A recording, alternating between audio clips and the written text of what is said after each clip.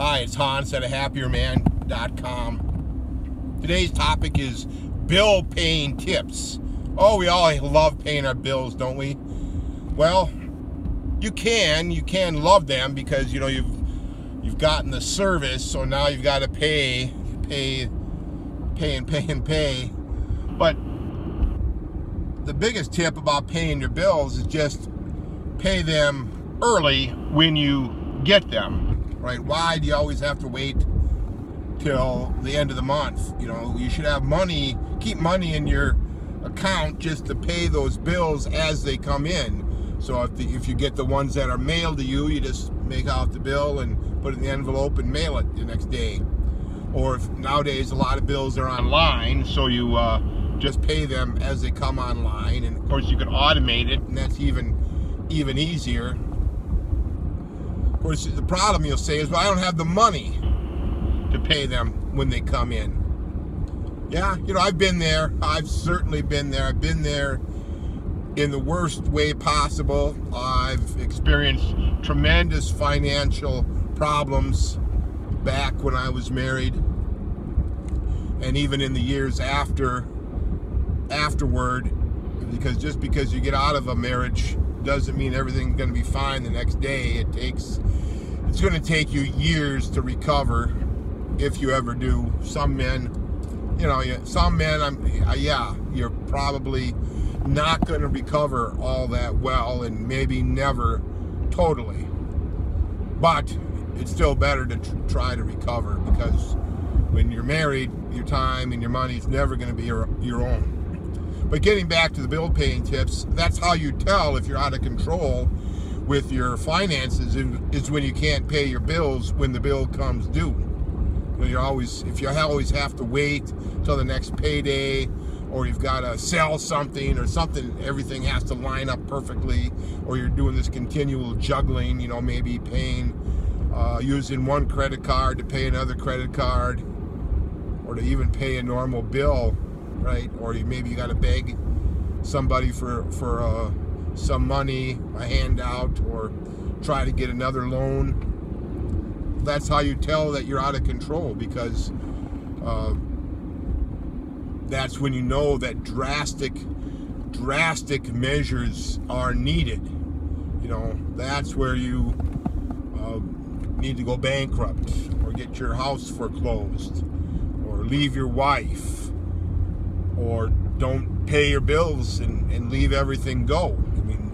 James Altucher talks about that in one of his articles. Just don't pay. Well, that's pretty hard to do in today's world. Everybody's got your bank account, so it's pretty hard not to pay. That's why it's simpler just to pay your bills when they come in, and not be so out of control with your spending. And the easiest way not to be out of control with your spending is not to be taking care of all kinds of extra people.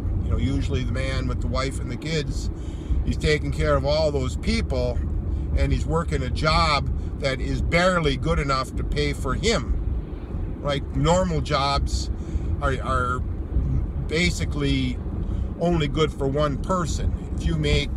In today's world, if you make $40,000 or $50,000 a year, that's only good enough for one person.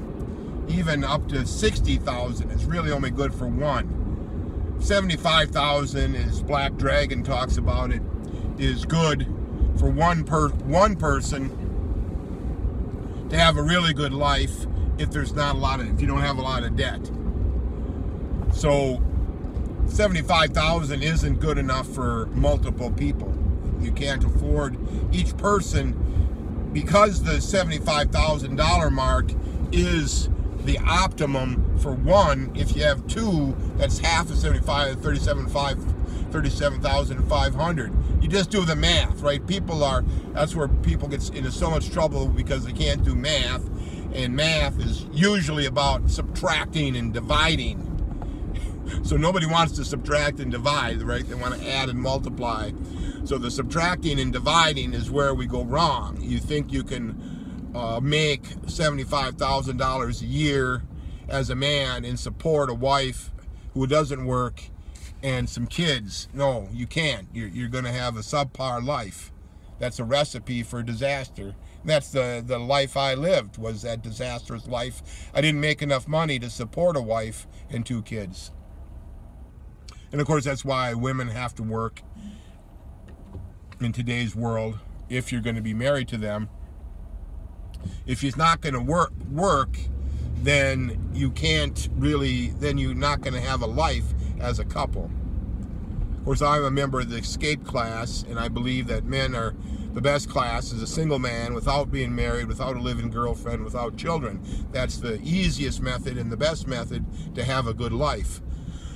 So, but let's say if you don't take my advice and you don't stay single and you have a bunch of kids, then you find out, well, I really can't afford all of this, all these kids and all this wife. Yeah, that's what you're going to find out, and that's what everybody finds out, and that's why so many people are strapped and so many people have nothing, is because they haven't done this simple math problem. The reality is you need a lot of money just to survive in a somewhat decent manner. I'm not talking about a person who goes overboard and lives in a very cheap way. That's not a satisfying way to live. You need a decent home, a decent rental apartment, a decent vehicle. You got to have, the right amount of utilities to have some comfort. You need good food and some entertainment. Well, that's where the $75,000 mark comes in. So yeah, that's how you tell you're out of control, is when you don't make enough money to support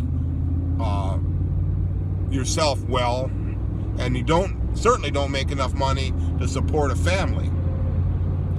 So give that idea some thought. I hate to always bring you bad news, but somebody has to be honest about the math problem of this. Thanks.